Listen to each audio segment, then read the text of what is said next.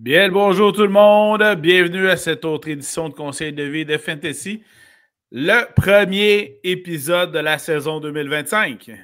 Voilà. Hey, Danny, ça fait longtemps.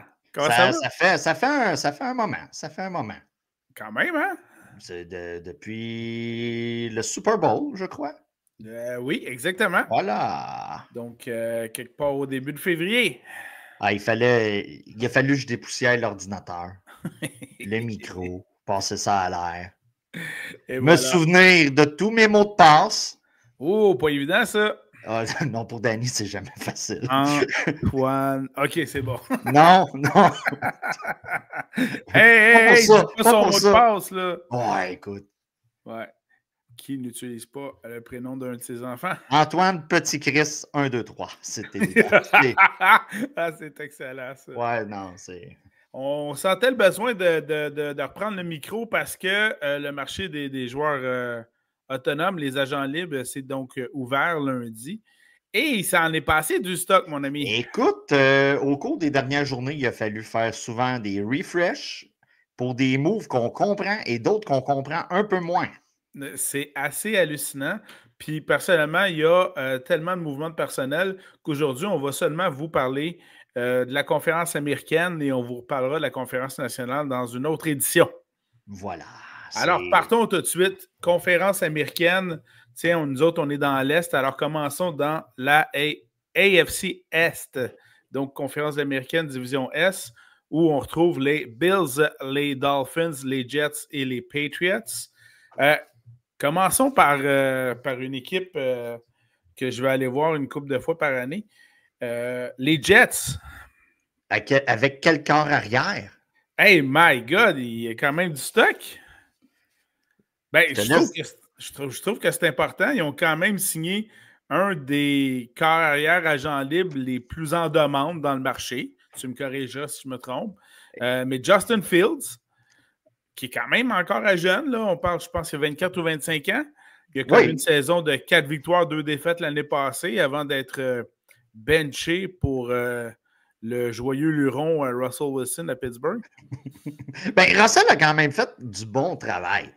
Mais Justin n'en faisait pas du mauvais. Non, il n'en faisait pas du mauvais. La différence entre Justin Fields, souvent on vous dit allez chercher tel joueur pour vos fantasy, puis tu dis, pourtant sur le terrain, c'est. Justin Fields, c'est un gars qui court avec le ballon. C'est pas nécessairement un passeur. Donc, il va chercher son plancher avec sa valeur à la semaine plancher avec la course. Là, on s'en va du côté des Jets. Les Jets, l'an dernier, ça a été brouillon. On peut le dire. Oui, tout à fait. Oui. On s'attendait beaucoup de Brees Hall, de Garrett Wilson. Écoute, pour Brees Hall, on peut vraiment parler d'une déception l'an dernier. Garrett Wilson. Totalement. Garrett Wilson, restons dans. Ben, il s'en est tiré encore, là. Je pense ça en est tiré, je mais pense écoute. encore au-dessus de 1000 verges, pareil. Oui, mais on s'attendait quand même à plus. Sans dire à un niveau Jamar Chase, on s'attendait quand même à plus. Je suis d'accord avec toi, puis c'est là où l'état-major des Jets a vu l'opportunité de jumeler Garrett Wilson avec son corps arrière du college à Ohio State, c'est-à-dire Justin Fields. C'est ça pourquoi ils ont donné un contrat de 2 ans, 40 millions, dont 30 millions garantis à Justin Fields. D'un point de vue Dynasty, on a ici la description même d'un corps arrière de transition. Clairement, un contrat de 2 ans, c'est ce que ça indique. Ça indique ça. C'est sûr que d'un point de vue garanti, on a quand même de la certaine valeur.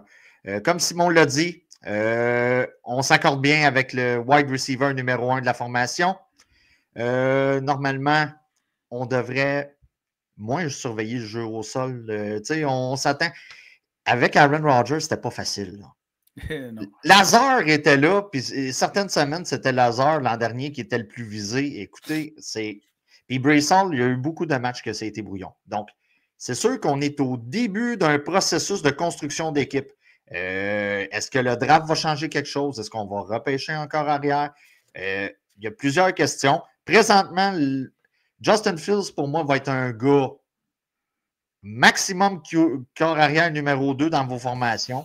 En cas de blessure, s'il se ramasse numéro 1, je ne suis pas sûr que présentement de vous dire que vous allez vous en tirer. Présentement, c'est que j'ai du côté des Jets. Toi, de ton côté, je ne sais pas ce que tu en penses, mais c'est un QB2, effectivement, je suis d'accord avec toi. Je vais être content de l'avoir comme QB2 dans mon équipe, personnellement, parce qu'il y a toujours un plancher dont tu as parlé. D'autant plus que là, depuis l'ouverture des agents libres, les Jets ont également signé deux gars de ligne offensive, un OT puis un centre. Puis ils ont également signé 3 joueurs qui jouent dans la tertiaire, c'est-à-dire des safety et des demi de coin. Donc, ça améliore l'équipe, ça c'est clair. Il n'y a pas eu de perte substantielle du côté des Jets. Donc, signature très intéressante de Justin Fields avec les Jets. Point intéressant avec les Jets pour finir sur Justin Fields et ses coéquipiers. La moyenne d'âge du noyau du club est jeune. On ne dépasse pas beaucoup le 28 ans. Donc, peut-être qu'on a un club d'avenir du côté de New York, mais si on me demande est-ce que j'aime mieux la situation des Giants ou des Jets, la réponse est très simple. Tu restes dans la AFC dans ce cas-ci. Il y a de fortes chances. Voilà.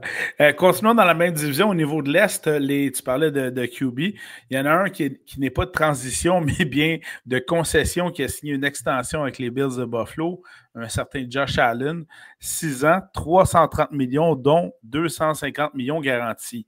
Et moi, je te garantis, Danny, que ce 250 millions garantis-là est un meilleur investissement que le 250 millions garantis à Deshaun Watson. À Dak Prescott? Ou Dak Prescott. Écoute, pour les anxieux, beaucoup d'anxiété en ce moment là, dans la société. Si tu es anxieux par rapport en Dynasty avec, avec ce gars-là, il n'y a rien là. La situation est claire, il va rester à Buffalo. Écoute, c'est un problème de régler. Puis moi, j'aime dire que c'est un ajustement, tout simplement. On a ajusté selon le marché. Exact. Puis en plus, comme tu l'as dit, il n'y a tellement pas de crainte à avoir avec Josh Allen qu'on l'a bien entouré depuis l'ouverture du marché des joueurs autonomes. On a acquis le receveur Josh Palmer. Intéressant. 3 ans, 36 millions. Toi, tu vois, tu dis c'est intéressant. Moi, je suis comme à Int. Moi, ça me laisse ni chaud ni froid. En ce moment, sachant que toi, tu vas me parler de Khalil Shakir dans pas long avec. Bien sûr. Bon, pour moi, c'est le gars à avoir là, comme wide receiver, à moins de blessures, bien sûr, du côté de Buffalo. Tout à fait. Mais je vais faire un parallèle avec une autre des équipes dans la division S dont on va parler dans quelques minutes. Mais donc, l'addition de Josh Palmer, receveur de passe, du receveur de passe, extension en fait de Khalil Shakir. On a ajouté 2 porteurs de ballon aussi, Darrington Evans et Ty Johnson. Puis, on a été actif au niveau de la ligne défensive. On a extensionné Greg Rousseau et on a fait l'acquisition de Joey Bosa. Oui. Ce qui est quand même pas rien. Si la santé va, tout va aller. Et voilà, contrat d'1 an seulement. Et ce qui est vraiment drôle dans l'histoire, 12,6 millions, dont 12 millions garantis. Il était pressenti, il y avait une offre des 49ers de San Francisco pour une saison à 10 millions pour aller jouer avec son frère Nick Bosa, mais il préfère avoir 2,6 millions de plus au lieu d'aller jouer avec son frère. Il y a ça. Bon, le taux d'imposition en Californie versus l'État de New York, vous allez me dire que ça se ressemble, mais il y a une différence. Et surtout, les chances de gagner un Super Bowl. Ils sont bien meilleurs à Buffalo, c'est clair. On a vu durant l'entre-saison, là, ça va être un thème là, qui va suivre là, au cours des prochains joueurs qu'on va parler. Il y a souvent eu des demandes d'échange, des demandes de transactions, et finalement, l'argent a tout sauvé. Vous allez le voir. Là, oui, donc, surtout dans l'Amérique. Peut-être que le Super Bowl n'a pas de lien, mais un 600 000 a peut-être plus de lien avec la décision qu'on peut le croire. Je voulais faire le lien, on parlait des receveurs de passe chez les Bills, avec les Patriots de la Nouvelle-Angleterre dans la même division, puisqu'on a signé notre receveur de passe numéro 1, Mac Hollins, 2 ans, 8,4 millions. Fait que tu sais, c'est là où je disais tantôt, mais au moins on a encore Drake May, c'est pas si mal, mais on a maintenant un second à Drake May avec Joshua Dobbs, malgré le fait que Joe Milton est très en demande, paraît-il, dans la Ligue, le carrière substitut des Pats. Écoute, monnaie d'échange, moi, on a entendu beaucoup de rumeurs au cours des dernières semaines, depuis le Super Bowl ou même durant les séries, durant les playoffs. On a entendu beaucoup de rumeurs qu'on cherchait à les transiger pour un gars d'expérience au poste de wide receiver. On attend toujours. Le draft s'en vient. Moi, je dirais que c'est à déterminer du côté des Patriotes, mais je suis certain qu'on va s'améliorer à la position. Il s'en allait signer un gros joueur, ça a été un coup de circuit, mais ce gros joueur-là décide de rester avec son équipe. Il faudra en parler quand on va parler de la nationale chez les Bucks de Tampa Bay, notamment avec un certain Godwin de ce côté-là. Mais effectivement, on est à la recherche d'un coup de circuit là, chez les receveurs de passe des Pats. On a quand même signé également... on a besoin d'un coup de circuit. En général, là, les Pats, on a vraiment besoin d'un coup de circuit. Clairement, à la journée où on est rendu après l'ouverture des agents libres, ça va être via le repêchage du mois d'avril qu'on va connaître ce coup de circuit-là. On vient de signer également du côté des Pats l'allié rapproché Austin Hooper. C'est pas tout à fait le coup de circuit qu'on pensait, mais on aime, attention, on aime nos tight ends. Surtout du côté de Vrabel. C'est ça. Donc, c'est sûr qu'il est trop tôt. Attendons voir comment que l'équipe va se bâtir. Mais ce gars-là peut être un sleeper l'an prochain. On est encore tôt, là. Oui, on a encore signé du côté des Pats 3 gars de ligne défensive. Donc, on bâtit les lignes, c'est ça qui est important. Dernière équipe du côté de la division Est de l'Américaine. On a donc les Dolphins de Miami. Et là, j'ai le plaisir d'annoncer à tout le monde le retour dans cette division de Zach Wilson, qui a signé un contrat avec les Dolphins, un contrat d'1 an. Zach qui est tombé dans la jarre à biscuits des MILF, donc Miami. Donc, le gars va prendre son pied là-bas. On n'a pas le choix du côté des Dolphins, sans revenir nécessairement sur les commotions cérébrales que Tua Tagovailoa a connues au cours des dernières années. On n'a pas le choix. Mais on n'a pas le choix. Donc, on devait s'assurer quand même d'un bon second du côté des Dolphins. Et on a été chercher quand même quelqu'un de solide. Pas assez pour être numéro 1, mais conçu pour être numéro 2. C'est ça l'annonce de Déo? Là? Oui, c'est en plein ça. Pas assez fort mais conçu pour être numéro 2. Excellent. Puis, on a quand même rajouté un groupe de receveurs qui était quand même bien nanti. On a ajouté également Nick Westbrook-Ikhine, donc comme 3e, 4e receveur de passe, qui n'est pas mauvais. On a signé également aussi 3 joueurs de ligne offensive, comme quoi qu'on a besoin de protéger évidemment notre corps arrière. Puis également 3 gars dans la tertiaire, donc 3 safety et demi de coin là, de ce côté-là, du côté de Miami. D'un point de vue fantasy, on a pas mal des effectifs qui ressemblent à l'an dernier. Il y a eu un peu de boucan début des séries, milieu des séries par rapport à Tyreek Hill. Ça semble s'être résorbé. Attendons voir comment que la situation va évoluer. Mais on a surtout fait des moves pour ajouter de la profondeur à l'alignement du côté de Miami, là, si on parle de fantasy football. Exact. Donc, c'est plate à dire, mais on va attendre voir les développements parce que le repêchage n'est pas encore arrivé. Il y a des joueurs qui peuvent se transiger. Donc, attendons voir. Mais en ce moment, vous avez Tyreek Hill. La situation en Dynasty semble encore favorable. Allons du côté de la division nord de l'américaine, dans laquelle on retrouve les Ravens, Steelers, Bengals et Browns. Commençons par les Ravens. On a les Ravens qui ont signé l'excellent joueur de ligne offensive, Ronnie Stanley, 3 ans, 60 millions. Puis là, ils ont fait l'acquisition d'un receveur de passe, DeAndre Hopkins, 1 an, 6 millions. Je vois rien de mal là-dedans. Toi, je ne sais pas de ton côté. Ben, c'est juste que c'est le 4e wide receiver, là, fait qu'il n'y a pas...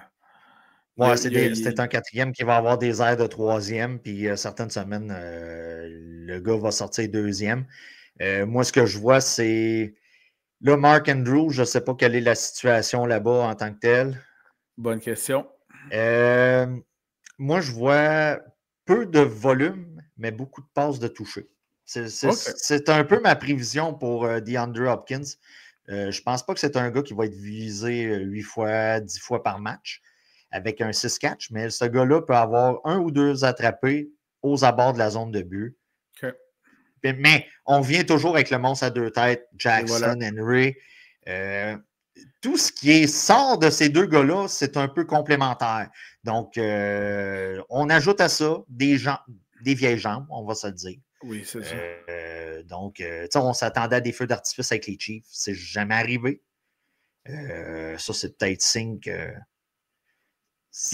c'est des moves de profondeur rendus là.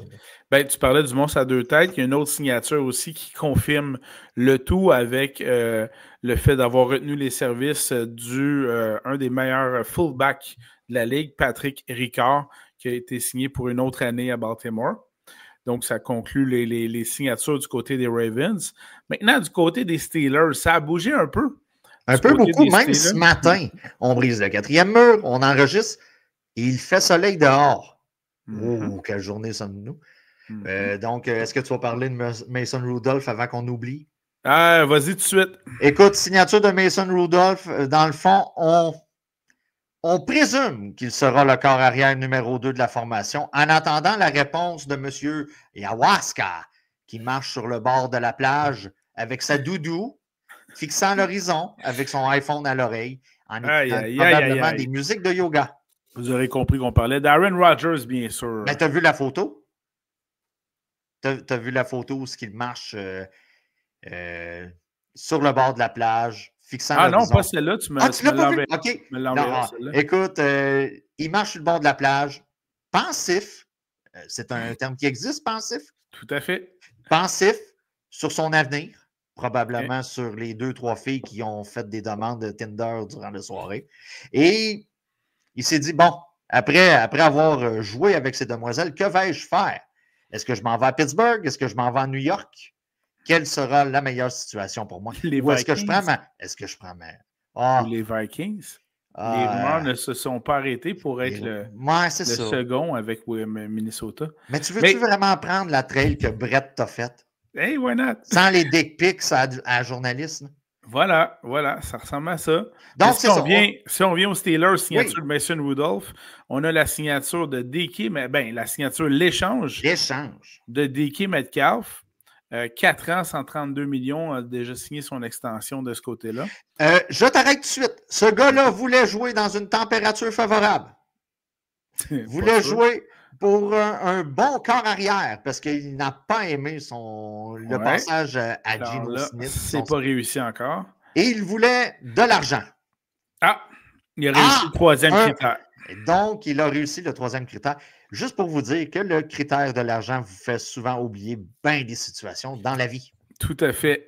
On a perdu Najee Harris côté de Steelers, mais on a signé Kenneth Gainwell pour 1 an.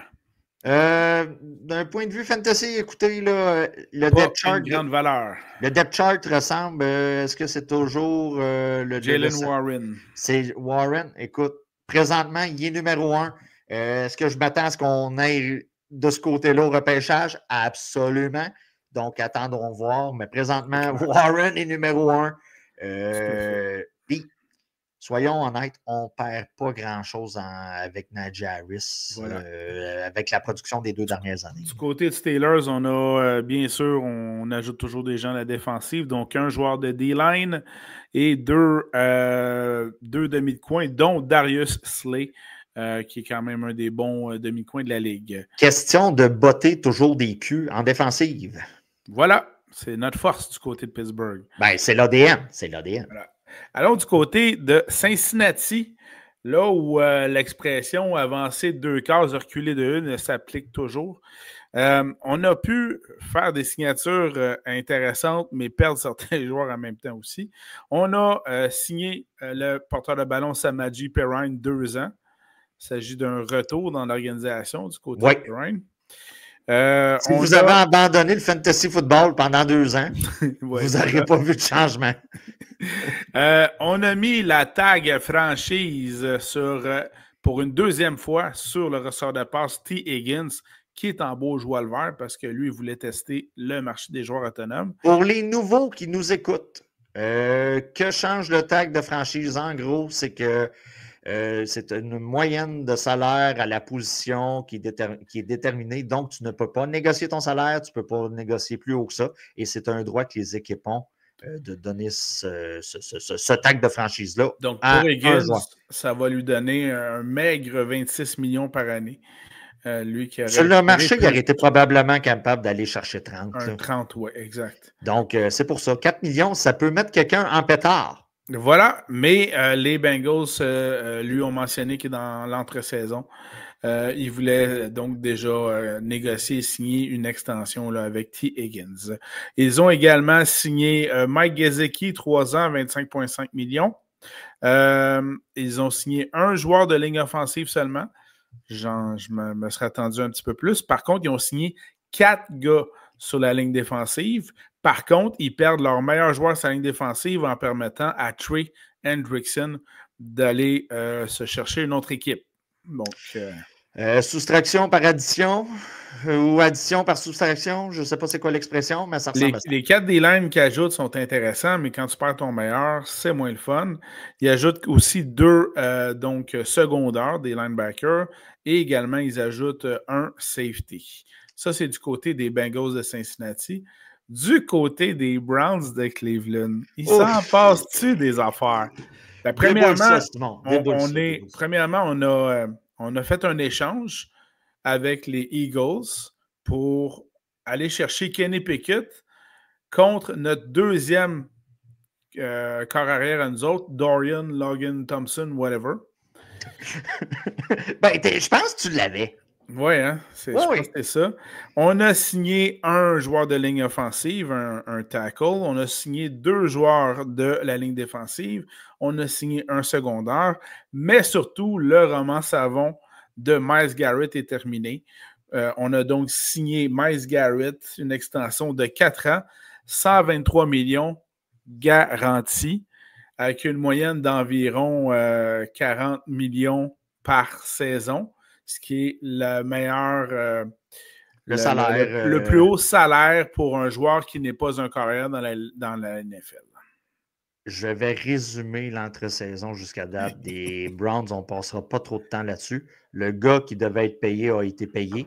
Et le reste, évitez les Browns l'an prochain dans vos équipes Dynasty. De Fantasy. En Dynasty, en Fantasy, évitez en ce moment. On vous dira semaine 1 qui allait chercher sur les waivers puis pour vous adapter. Mais ça va être sur, tu l'as bien dit, ça va être sur les waivers seulement. À date, il n'y a aucun joueur qui vaut la peine de viser dans votre pêchage fantasy. Voilà. C'est bien dit, Danny. Ah, merci. Continuons dans l'américaine, mais division sud, où on retrouve les Texans, les Colts, les Jags et les Titans, les Titans. C'est pas la division qui nous a le plus divertis. Et même les Colts ont pu être un peu divertissants. Oui, mais pas toujours à la positive. Commençons par les Texans de Houston, où on a signé 3 receveurs de passe. On a CJ Stroud. Alors, on a été chercher Christian Kirk. On a signé Braxton Berrios puis Justin Watson. OK. Puis là, on a toujours Nico Collins. Oui, on a toujours Nico Collins. Tankdale, blessure. Tankdale, il va quand même revenir un moment donné. Un moment donné, mais on sait pas. On a toujours Stéphane Diggs aussi. Ouais, il n'est pas autonome, lui. Ben, à date, c'est ça. Donc, bref, on a au moins un groupe de receveurs que plusieurs équipes envient. Là. Je veux dire, les Patriots seraient bien contents d'avoir ce groupe de receveurs-là. Ben, il y avait des gars qui étaient disponibles pour les Patriots qui n'ont pas signé. Voilà. Fait que c'est quand même intéressant. Des 3 nouveaux qui ont signé, est-ce que c'est Christian Kirk qui a la meilleure valeur? Écoute, je t'aurais dit ça il y a 3 ans. 3 ans, OK. Tu sais, mettons, il y a 3-4 ans, après la signature de son contrat aux Jags qui a fait tout chambarder l'entre-saison des wide receivers il y a une couple d'années. On recule, là, il avait signé pour 80 millions sur 4 ans, quelque chose de même. Puis là, Devontae Adams avait vu ça, il avait fait hey, ça n'a pas de bon sens. Puis Tyreek Hill, puis tout ça, là, ça avait déboulé à partir de là. Présentement, C'est sûr que Nico Collins a encore la pole position. J'ai pas le choix de mettre Christian Kirk numéro 2 en ce moment. Ouais, c'est ça. J'ai comme pas le choix. Nico Collins va être encore le gars le plus visé. Mais il va réussir. Ça va être un gars que vous allez aller chercher sur vos waivers en cas de blessure à Collins ou quelque chose comme ça. Mais peut-être, d'un point de vue en redraft ou dans vos prochains repêchages, 13e, 14e ronde, tu veux lancer un d'or. OK. Ben, sinon, on a également signé un porteur de ballon qui n'a pas une grande influence sur le monde du fantasy football. Non. On parle des biscuits Dare Ogumbawale. Sinon, on a signé un excellent joueur de ligne offensive, Laken Tomlinson, mais en même temps, on avait échangé Laramie Tunsil aux Commanders. Fait que ça s'équivaut un peu. Oui. On a signé 4 joueurs de ligne défensive. Donc, ça permet de refaire la ligne. On a signé un secondaire et on a également signé 3 joueurs de la tertiaire qui sont soit des safety ou demi de coin, dont le demi de coin CJ Garner-Johnson qui était avec les Eagles. Et puis, mais on a, voilà, c'est ça. Donc, c'est quand même, on a ajouté déjà là, 8 joueurs dans la défensive. C'est quand même énorme là-dessus. Ouais. Mais c'est ça. D'un point de vue fantasy, Nico Collins, CJ Stroud, écoute, c'est sûr que sa valeur a diminué un peu au cours de la dernière saison. C'était la game peut-être de la deuxième saison. Attendons voir, mais c'est un gars que vous allez repêcher. C'est sûr que si vous le repêchez, je m'attends à ce que vous alliez chercher un bon second pour vous backer au cas où. Il y a moins de certitude de ce côté-là. Mais du côté des Texans, on a une certaine continuité avec Mixon, Collins et CJ Stroud qui seront les éléments principaux à repêcher pour vos aliments. Du côté des Colts d'Indianapolis, on a signé le porteur de ballon Khalil Herbert. Oui, c'est un bon second. C'est un bon second en cas de blessure à Jonathan Taylor, qui n'est pas exempt de blessure. Et on a ajouté pour faire de la compétition au poste de carrière. Une guerre de QB! Oh, Daniel Jones, l'ancien des Giants et des Vikings, qui a signé pour 1 an 14 millions, dont 13 millions garantis. C'est-à-dire un bonus de signature de 7 et son salaire qui est à 7,58, whatever. Si vous ne comprenez pas qu'est-ce qui est écrit entre les lignes, on ne trosse pas Anthony Richardson. Donc, d'un point de vue fantasy, sa valeur vient de diminuer grandement. Et de 2, on lui met quelqu'un qui est quand même compétent dans les jambes pour affronter. Et je m'attends en ce moment à une victoire de Daniel Jones. Beaucoup d'histoires d'entre-saison. Wow, quand même. Oui, je m'attends. Oui, c'est carrément punitif de ce côté-là. Moi, je considère du côté des Colts, il aurait perdu des joueurs dans la chambre l'année dernière durant la saison. Et, je me souviens d'un jeu où il s'était retiré lui-même. Et voilà. Voilà, fait que c'est sûr que quand tu te sacrifies... Pat McAfee est embarqué dans le débat, puis tout ça, puis il a même affirmé que si vous saviez ce que je sais, OK, intéressant. Vous l'aimeriez moins. Puis Pat McAfee, habituellement, les Colts, il les a sur le cœur et non sur le postérieur. Tout à fait. Tout en sachant que Daniel Jones, malgré certaines difficultés, a toujours et demeure un excellent joueur d'équipe. Donc, je pense que c'est ça qu'on a été signé. Il n'a juste pas été à la bonne équipe en partant. Ben, c'est ça. Puis le GM, il a comme enlevé le meilleur joueur qu'il y avait avec lui. Fait que c'est sûr que ça aide pas non plus. Ça l'aide aucunement. Sinon, du côté des Colts, on a signé un ressort de passe Nowhere. On a signé un centre. Puis on a son nom Nowhere. C'est son nom Nowhere. Ashton Dolan. Aucun impact sur le monde du fantasy football. Et on a signé un demi de coin et un safety. Donc ça, c'est du côté des Colts. Maintenant, du côté des Jaguars, on a signé le nouveau substitut corps arrière de Lawrence, qui est Nick Mullins. Après des rumeurs qui envoyaient Lawrence justement aux Colts. Ouais. 2 ans, 6,5 millions. On a une signature intéressante, fantasy, le ressort de passe Diami Brown, du côté des Jags. Donc, allons voir s'il peut bien seconder Brian Thomas là, du côté des Jags. La beauté dans le regard de la personne qui regarde. On a signé également 2 alliés rapprochés, 3 joueurs de ligne offensive et 2 de la tertiaire avec safety et demi de coin.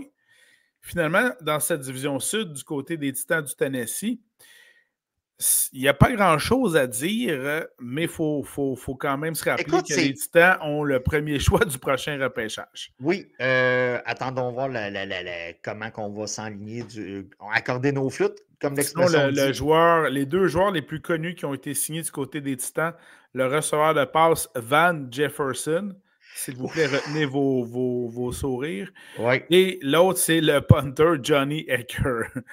Mais sinon, on a quand même signé 2 joueurs de ligne offensive, 2 joueurs de ligne défensive, un secondaire, un safety. Clairement, les 2 derniers clubs, j'inclus les Jaguars puis même les Colts là-dedans, 2 équipes en espèce de transition.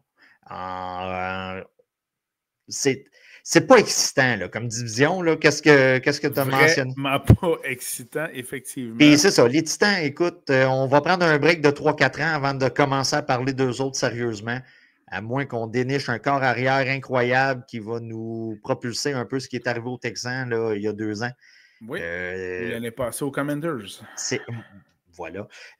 Donc, regardez, on ne retient pas notre souffle, on regarde qu'est-ce qu'ils font. C'est sûr qu'on va vous dire d'aller piger des joueurs un peu sleeper dans ces formations-là. Mais... Voilà. Allons à une division qui se passe un peu plus de choses intéressantes. S'il vous plaît. La division ouest de l'américaine, donc où on retrouve les Chiefs, les Chargers, les Broncos et les Raiders. Commençons par les Chiefs. Donc, les champions... Ah non, c'est vrai, ils n'ont pas gagné le Super Bowl. Donc, les champions de l'américaine. Ils ne sont même pas présentés. Oui, c'est ça. Alors, ils ont signé le porteur de ballon Elijah Mitchell. Oui, un ancien San Francisco 49ers. Aura-t-il un impact fantasy? On a hâte de voir ça va être quoi le champ arrière pour pouvoir vous confirmer ça. Sinon, je m'attends à un comité, là, dans sa plus simple expression. Vous allez avoir 2-3 gars, selon la situation, où on en est dans le match, qui va évoluer. Sinon, on a signé une extension avec le ressort de passe Marquise Brown. C'est de la continuité, quant à moi, à ce niveau-là. 2 joueurs de ligne offensive, là, Jalen Moore et Trey Smith, sur lesquels on a mis la tag de la franchise. Donc, situation intéressante. On a toujours besoin de O-line pour bien protéger notre trésor national Patrick Mahomes. Oui. Du côté des Chiefs, on a également signé un secondaire, 2 dans la tertiaire, donc safety et demi de coin, en plus du punter Matt Areza. Voilà pour ce qui est des Chiefs. Puis le pire dans tout ça, avec tous les mouvements que tu as parlé, on va avoir encore une bonne saison l'an prochain du côté des Chiefs. Oui. Oui, tu stabilises ta ligne offensive, tu rajoutes des petites pièces par-ci, par-là. Voilà. Certains clubs vont s'améliorer dans les entre-saisons et d'un point de vue fantasy, il n'y aura pas vraiment de gain pour nous. Et c'est un peu le cas des Chiefs. Là.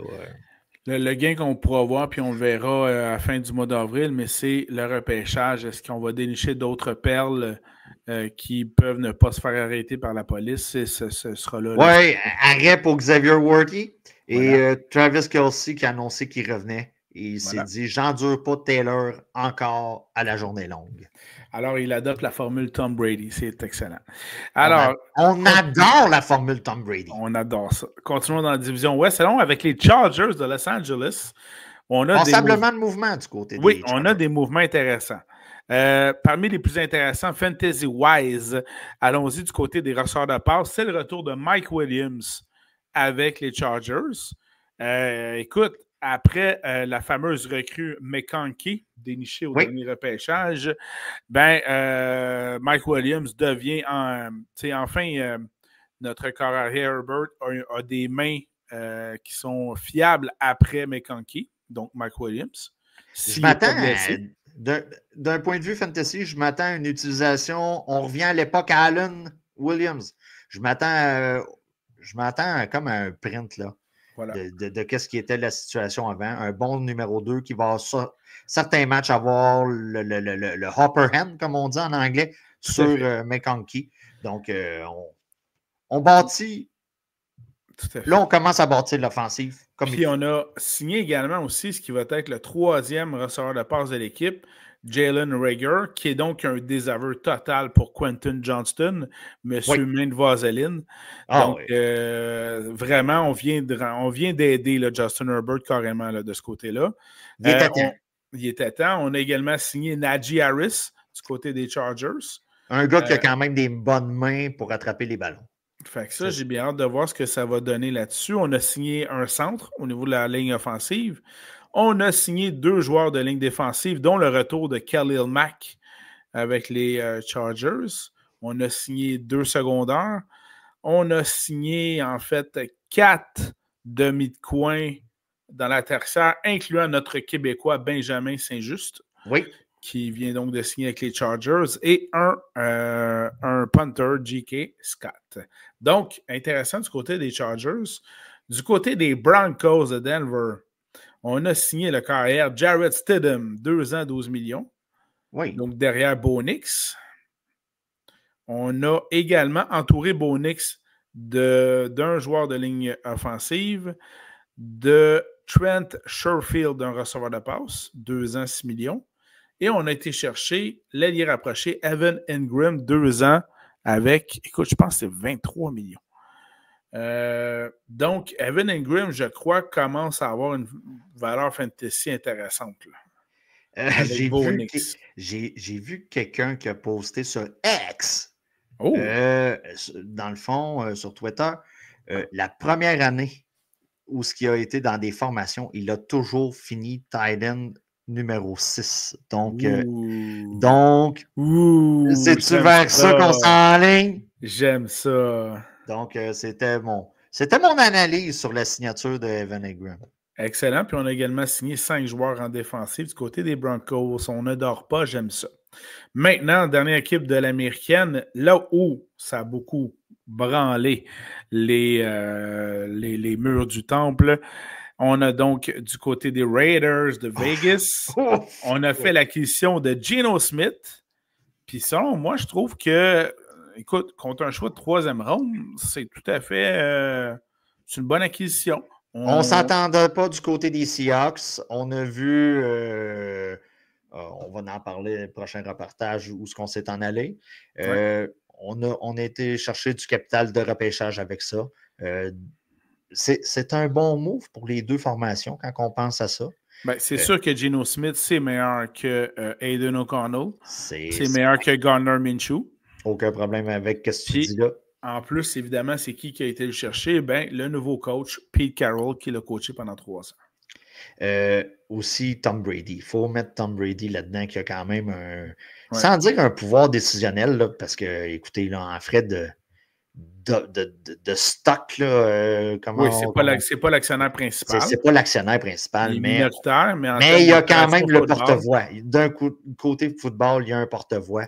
Voilà. Et on écoute beaucoup ses suggestions, et c'est pour ça qu'on a décidé d'aller Moi, je trouve que tantôt, on parlait là, de corps arrière de transition. Là, vous avez ça du côté des Raiders. Donc, un peu tout le monde va gagner d'un point de vue fantasy chez les Raiders. Surtout le Brock Bowers. Woohoo! Brock Bowers, les wide receivers, attendons voir ce qui va arriver. Mais tout le monde va gagner de jouer avec Geno Smith. C'est pour dire à quel point que l'an passé, c'était pas gagnant. C'est ça. On a parlé de ce qui sera sans doute le capitaine de l'offensive, mais à la défensive, on a offert une extension à Max Crosby. 3 ans, 106,5 millions, 91 millions garantis. Mentionnons qu'il a été signé avant que Myles Garrett ait signé, parce que sans doute que ça aurait été encore plus cher pour retenir le service de un a établi la valeur de l'autre. Voilà. Donc, probablement que des bouteilles de vin se sont échangées là, entre les joueurs, ou des sessions de tatou, c'est selon. On a également signé un garde de la ligne offensive, Alex Kappa. On a signé 2 joueurs de ligne défensive, 1 secondaire, ainsi que 3 dans la tertiaire, donc safety et demi de coin du côté des Raiders. Ça va être quand même une division très dure pour eux de se passer une place en série. Donc, attendons voir, mais on commence. On semble plus sérieux déjà au mois de mars qu'on pouvait l'être durant la saison l'an dernier là, du côté des Raiders. C'est un pas d'avant. Durant toute la saison. Ben, c'est ça. Tu sais, écoute, baby steps, qu'on dit en anglais. Voilà. Des petits pas de bébé qu'on fait du côté des Raiders pour ramener un peu de lustre à cette formation. Et ça conclut bien donc. Dit, hein? C'était merveilleux. C'est pour ça que ça conclut les agents libres dans la conférence américaine en date du 13 mars, parce qu'évidemment, il peut survenir beaucoup d'autres mouvements de personnel. Écoute, là, ça se peut que le temps qu'on load la vidéo, il y ait une méga transaction qui arrive. C'est pas de notre faute. Tout est possible. C'est Internet qui est de même. Voilà. C'est Internet. Voilà. Alors, de ce côté-là, terminons un petit conseil de vie, Danny. Qu'est-ce que tu peux nous conseiller? Écoutez, présentement, on a un drôle de contexte politique, social et patati patata. OK? Pas besoin de faire de dessin à personne. J'aimerais vous conseiller des séries pour vous évader. N'écoutez pas toujours les nouvelles. Il y a beaucoup d'émotions présentement dans les nouvelles et je crois, d'un point de vue personnel, j'aimerais qu'on relaxe un peu et qu'on prenne le temps d'écouter des séries pour se divertir et des games politiques se jouent au-dessus de nos têtes. Et quand on va tout analyser ça dans quelques mois, parce que c'est vers ça qu'on s'enligne, vers quelques mois, on trouvera qu'on a parlé beaucoup pour peu de choses qui auront vraiment changé. OK? Donc, je vous conseille fortement d'écouter la finale. Est-ce que tu l'as écouté? Cobra Kai. Mes garçons en sont très fans, donc je n'ai pas le choix d'écouter. Et j'ai été captivé, je dois le dire. Écoute, probablement, là, il y a beaucoup de reboots, de avant de après eux, puis c'est probablement une des meilleures séries qui a réussi à prendre tout ce qui est arrivé avant, le ramener après, faire des liens avec ça. Sans que ce soit du réchauffé. En plus. Sans que ce soit du réchauffé. Et sans vendre de punch, l'arc de rédemption de Johnny Lawrence vaut la peine d'être vu. C'était de l'excellente télé, tout à fait. Sweep the leg. Retiens ça, sweep the leg. Voilà. Ensuite de ça fait longtemps qu'on s'est parlé, hein? Mais il est arrivé plein d'affaires. Les Yankees de New York, club fétiche, ont enlevé leur politique de la barbe. Ouais, pas toi. Moi, non. Moi, non. Donc, on a carrément enlevé la politique de la barbe. C'est quand même quelque chose qui a beaucoup de sens. Et à la lutte, si vous avez le temps de vous divertir, on a vécu un des plus grands moments. Il y a des memes là-dessus au cours des dernières années. C'est le heel turn de John Cena qui s'est joint au Rock. Là, vous allez dire, c'est deux gentils. Non, c'est rendu deux méchants. C'est la saison de WrestleMania qui commence et c'est probablement un des vidéos qui a été le plus écouté sur les réseaux sociaux à la lutte. Et c'est probablement un des plus grands heel turns de l'histoire, juste après celui de Hulk Hogan qui avait joint la NWO à l'époque. Donc, divertissez-vous, c'est ça. OK? Présentement, là, ça va tellement mal qu'on oublie qu'on a des problèmes avec sa clique, Norvolt, puis tout ça, parce qu'on a un grand orange en bas qui fait des sparages. Donc, des fois, écoute, chez vous, là, mettons, t'as fait une gaffe. Mettons.